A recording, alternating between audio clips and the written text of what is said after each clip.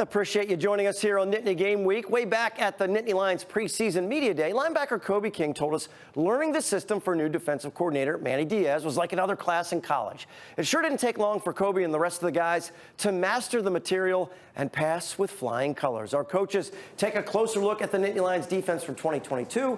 They certainly had lapses at times, but guys, they put an awful lot of opponents behind schedule on offense. Well, we're going to talk defense, and we're also going to talk about playoffs and what it might look like. You know, one of the big things everybody's talking about is if the 12-team playoff were in place, what would it look like? So let's take a look at last week's top 10 before the championship games.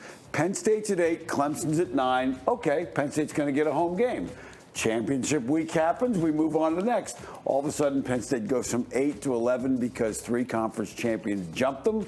And had there been a playoff, you know, had Purdue won, they're out. So let's go to the next thing. So here are the playoff rankings, Tom. Penn State goes to Ohio State in week. Yeah.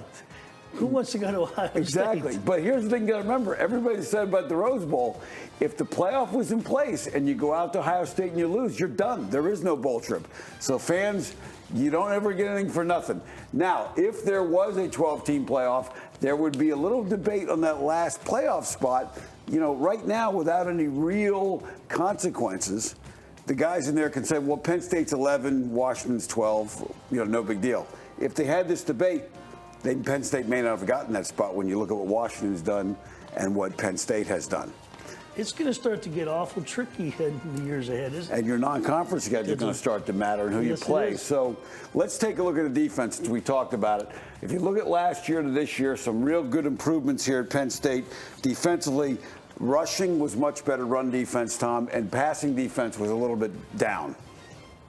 Yeah, one of the things that helped you on defense this year was the fact that the offense was able to run the ball, so you weren't on the field as many times. Yeah, and let's take a look at the number of plays.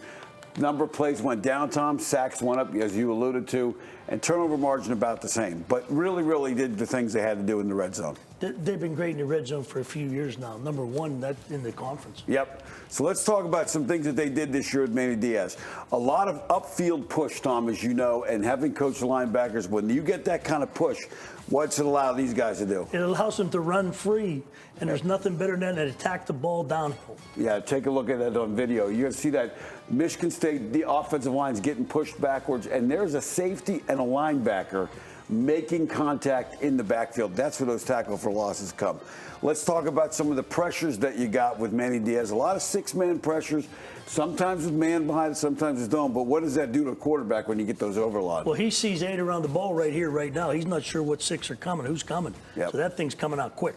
Yeah, and it puts these guys in a bind as to who's got who, and sometimes you guys get guys running free. But it makes the quarterback throw quickly, and on those third downs, if you come up and make the tackle short, now you're punting the ball. No question about it. And that was one of the great things they did this year on defense. Yep. And now let's take a look about, we talked about how Penn State went from 3rd in the conference in passing to 9th in terms of yards allowed. One of the things that probably they get up to prove in the offseason is the inside breaking routes, the up and back and the linebackers, because a new group and didn't quite get the hang of that as we go. Well, one of the things when you're asking an edge guy to come back and play that, he's not used to looking and seeing that, and his eyes aren't as good as a linebacker or a defensive back would be. And a lot of times you saw Marvin Harrison had some ones come breaking the inside. Some other guys made some yardage on those things and weren't able to move the ball. But overall, a much improved defense from a year ago. And one person that never needs to improve much because he's always at a high level is Todd Sadowski. Todd, over to you. All right, move it back over this direction. Now, look, you both saw it firsthand. Not many players would terrify an opposing offense as much as former Nittany Lions linebacker LeVar Arrington. One of the famous double sticks, number 11s in Penn State history, receives the ultimate honor for a college player when he's inducted into the College Hall of Fame this week. This one meant more than anyone. Even if I did make the NFL Hall of Fame, it just seemed pro is business.